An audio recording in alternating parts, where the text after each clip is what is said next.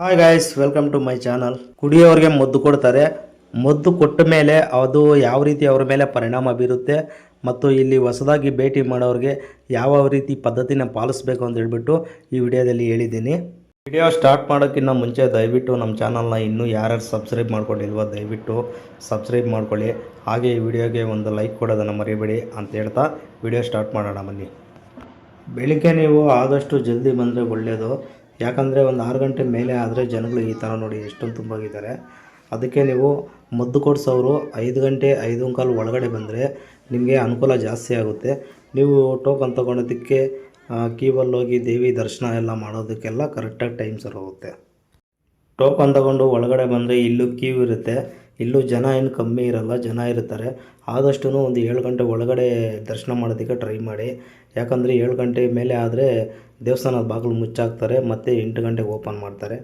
ಆಗ ನೀವು ಮದ್ದು ಕೊಡಿಸೋದಕ್ಕೆ ಸ್ವಲ್ಪ ತೊಂದರೆ ಆಗ್ಬೋದು. ಅದು ಯಾವ ಥರ ತೊಂದರೆ ಆಗುತ್ತೆ ಅಂತ ಬಿಟ್ಟು ನಾನು ಮುಂದೆ ಹೇಳ್ಕೊಂಡು ಹೋಗ್ತೀನಿ. ಇಲ್ಲಿ ಮಹಾಮಂಗಳಾರತಿ ವಿಡಿಯೋ ಇದೆ, ಸ್ವಲ್ಪ ನೋಡಿ. ಅದು ನೋಡಿ ಫ್ರೆಂಡ್ಸ್, ನಾವು ಒಂದು ಸರಿ 7 ಗಂಟೆ ಒಳಗಡೆ ದರ್ಶನ ಮಾಡೋಣ ಅಂತ ಹೋದ್ವಿ, ಆದರೆ ಆಗಲಿಲ್ಲ. ಮತ್ತು 8 ಗಂಟೆಗೆ ಓಪನ್ ಮಾಡಿದ್ರು.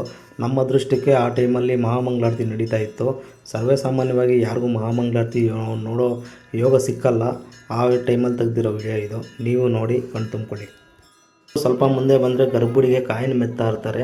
ನೀವು ಇಲ್ಲಿ ನೋಡ್ಬೋದು, ಪ್ರತಿಯೊಬ್ಬರು ಒಂದೊಂದು ಸಮಸ್ಯೆಯಿಂದ ಇಲ್ಲಿ ಬಂದಿರ್ತಾರೆ.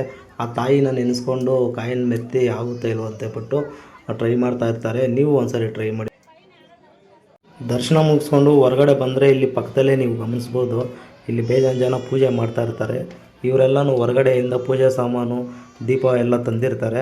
ಅವರು ದೀಪ ಬೆಳಗಿ ಪೂಜೆ ಎಲ್ಲ ಮಾಡ್ತಾರೆ. ನೀವು ಅದೇ ಥರ ಹೊರಗಡೆಯಿಂದ ಏನೋ ದೀಪ ಪೂಜೆ ಸಾಮಾನು ತಂದಿದ್ರೆ ಇಲ್ಲಿ ಪೂಜೆ ಗೀಜೆ ಎಲ್ಲ ಕ್ಲೀನಾಗಿ ಮುಗಿಸ್ಕೊಳ್ಳಿ. ಇಲ್ಲಿ ಯಾಕಪ್ಪ ಪೂಜೆ ಮಾಡ್ತಾರೆ ಅಂದರೆ, ದೇವಸ್ಥಾನದ ಒಳಗಡೆ ಪೂಜೆ ಮಾಡೋದಕ್ಕೆ ಅವಕಾಶ ಇರಲ್ಲ. ಆ ತಾಯಿಯ ಪ್ರತಿರೂಪವಾಗಿ ಚಾಮುಂಡೇಶ್ವರಿ ತಾಯಿನ ಇಲ್ಲಿ ಪ್ರತಿಮೆ ಮಾಡಿದ್ದಾರೆ.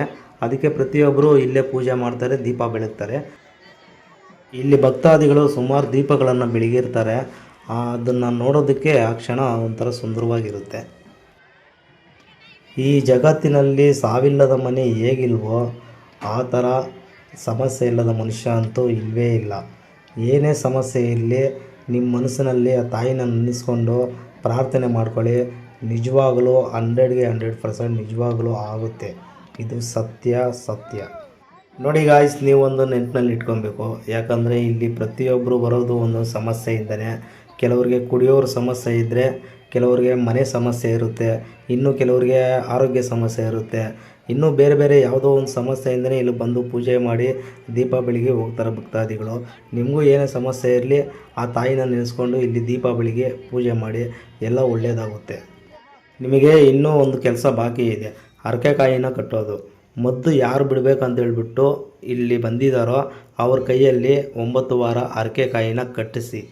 ಯಾಕಂತ ಹೇಳಿದ್ರೆ, ನಾನು ಮದ್ದು ಕೊಡೋ ಜಾಗನ ತೋರಿಸ್ತೀನಲ್ವ, ಅವಾಗ ನೀಟಾಗಿ ಎಕ್ಸ್ಪ್ಲೇನ್ ಮಾಡ್ತೀನಿ. ಆವಾಗ ನಿಮಗೆ ನೀಟಾಗಿ ಅರ್ಥ ಆಗುತ್ತೆ. ಅದು ಇಷ್ಟಾದಮೇಲೆ ಡೈರೆಕ್ಟಾಗಿ ಮದ್ದು ಕೊಡೋ ಜಾಗಕ್ಕೆ ಹೋಗೋಣ ಬನ್ನಿ. ನೋಡಿ ಗಾಯ್ಸ್, ಇದೆ ಮದ್ದು ಕೊಡೋ ಜಾಗ. ನೋಡ್ಬೋದು ಇಲ್ಲಿ ಇವರೆಲ್ಲ 4 ಗಂಟೆ 4:15ಗೆ ಬಂದು ಟೋಕನ್ ತಗೊಂಡು ದೇವಿ ದರ್ಶನ ಮಾಡಿಬಿಟ್ಟು ಪೂಜೆ ಮಾಡಿ ಹರಕೆಕಾಯಿ ಕಟ್ಬಿಟ್ಟು ಬಂದು ಇಲ್ಲಿ ಕಾಯ್ತಾ ಕೂತಿರ್ತಾರೆ. ಯಾಕಂತ ಹೇಳಿದ್ರೆ, ಇಲ್ಲಿ 8 ಗಂಟೆಗೆ ಓಪನ್ ಮಾಡಿ ಮತ್ತೆ 12 ಗಂಟೆಗೆ ಕ್ಲೋಸ್ ಮಾಡ್ತಾರೆ. ಆವಾಗ ಮದ್ದು ತಗೊಳ್ಳೋದಕ್ಕೆ ತೊಂದರೆ ಆಗುತ್ತೆ. ಕೆಲವರೆಲ್ಲ ದೂರದ ಊರಿಂದ ಬಂದಿರ್ತಾರೆ, ಅವರಿಗೆಲ್ಲ ಮತ್ತೆ ಹೋಗೋದಕ್ಕೆಲ್ಲ ತೊಂದರೆ ಆಗುತ್ತೆ ಅಂತ ಹೇಳ್ಬಿಟ್ಟು ಅವರು ಬೆಳಿಗ್ಗೆನೇ ಬಂದು ಟೋಕನ್ ತೊಗೊಂಡಿರ್ತಾರೆ. ಆದ್ದರಿಂದ ಜನ ಜಾಸ್ತಿ ಆಗೋಕ್ಕಿಂತ ಮುಂಚೆ ಬಂದು ನೀವು ಟೋಕನ್ ತೊಗೊಂಡ್ರೆ ಒಳ್ಳೆಯದು ಅಂತ ಹೇಳೋಕ್ಕೆ ಇಷ್ಟಪಡ್ತೀನಿ. 9 ವಾರ ಕಾಯಿ ಯಾಕಪ್ಪ ಕಟ್ಟಬೇಕು ಅಂತ ಹೇಳಿದ್ರೆ, ಇಲ್ಲಿ 9 ವಾರ ಮದ್ದು ಕೊಡ್ತಾರೆ. 9 ವಾರ ಮದ್ದು ಕೊಡೋದ್ರಿಂದ ಮದ್ದು ತಗೊಂಡವರು 9 ವಾರ ಅಲ್ಲಿ ಕಾಯಿ ಕಟ್ಟಿದ್ರೆ ಫಲ ಜಾಸ್ತಿ ಆಗುತ್ತೆ ಅಂತ ಹೇಳ್ಬಿಟ್ಟು 9 ವಾರ ಕಾಯಿ ಕಟ್ಟಬೇಕು ಅಂತ ಅವಾಗ ಹೇಳಿದ್ದು. ಈಗ ಅರ್ಥ ಆಯ್ತಲ್ವಾ ಗಾಯ್ಸ್? ಬೆಳಿಗ್ಗೆನೇ ಯಾಕೆ ಬರಬೇಕು ಅಂತ ಹೇಳಿದ್ರೆ, ನೀವು ಇಲ್ಲಿ ನೋಡಿ ಎಷ್ಟೊಂದು ಕ್ಯೂ ಇದೆ. ಇದು ಇಲ್ಲಿಂದ ನೀವು ಹೋಗಿ ಟೋಕನ್ ತಗೊಂಡು ದರ್ಶನ ಮಾಡಿಕೊಂಡು ಪೂಜೆ ಮುಗಿಸ್ಕೊಂಡು ಕಾಯಿ ಕಟ್ಟಿ ಮದ್ದು ಕೊಡೋ ಜಾಗಕ್ಕೆ ಹೋಗೋಷ್ಟೊತ್ತಿಗೆ ಮುಕ್ಕಾಲು ಟೈಮ್ ವೇಸ್ಟ್ ಆಗೋಗಿರುತ್ತೆ. ಮತ್ತು ಅಲ್ಲಿ ಟೈಮ್ ಇಲ್ಲ ಅಂತ ಹೇಳಿದ್ರೆ ಮತ್ತೆ ಮದ್ದು ಕೊಡೋಲ್ಲ. ಆವಾಗ ಏನು ಮಾಡ್ತೀರಾ? ಅದಕ್ಕೆ ಆದಷ್ಟು ಜಲ್ದಿ ಹೋದರೆ ನಿಮಗೆ ಒಳ್ಳೆಯದು.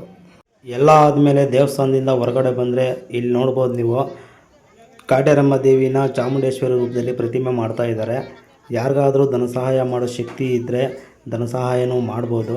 ಶಕ್ತಿ ಇಲ್ಲ ಅನ್ನೋರು ನಮಗೆ ಯಾವಾಗಾದರೂ ಆ ಶಕ್ತಿ ಕೊಡಿ ತಾಯಿ ಅಂತ ಬೇಡ್ಕೊಳ್ತಾ ಪಾರ್ಕಿಂಗ್ ಪ್ಲೇಸ್ಗೆ ಬಂದುಬಿಡಿ. ಇದೇ ಫ್ರೆಂಡ್ಸ್ ಪಾರ್ಕಿಂಗ್ ಜಾಗ ತುಂಬ ವಿಶಾಲವಾಗೈತೆ. ಎಲ್ಲ ಥರ ವೆಹಿಕಲ್ದು ಪಾರ್ಕ್ ಮಾಡ್ಬೋದು, ಯಾವುದೇ ಥರ ತೊಂದರೆ ಇಲ್ಲ. ಆರಾಮಾಗಿ ಪಾರ್ಕ್ ಮಾಡಿ ನೀವು ದೇವಸ್ಥಾನಕ್ಕೆ ಹೋಗ್ಬೋದು ಅಂತ ಹೇಳ್ತಾ ಈ ವಿಡಿಯೋನ ಮುಗಿಸ್ತಾ ಇದ್ದೀನಿ. ಮುಂದಿನ ಅಪ್ಡೇಟ್ಗಾಗಿ ದಯವಿಟ್ಟು ಈ ವಿಡಿಯೋನ ಯಾರ್ಯಾರು ನೋಡ್ತಾ ಇದ್ದೀರಾ ಅವರು ಲೈಕ್ ಮಾಡಿ, ಕಾಮೆಂಟ್ ಮಾಡಿ, ಸಬ್ಸ್ಕ್ರೈಬ್ ಮಾಡಿ. ಮುಂದಿನ ವಿಡಿಯೋದಲ್ಲಿ ಸಿಗೋಣ. Thank you.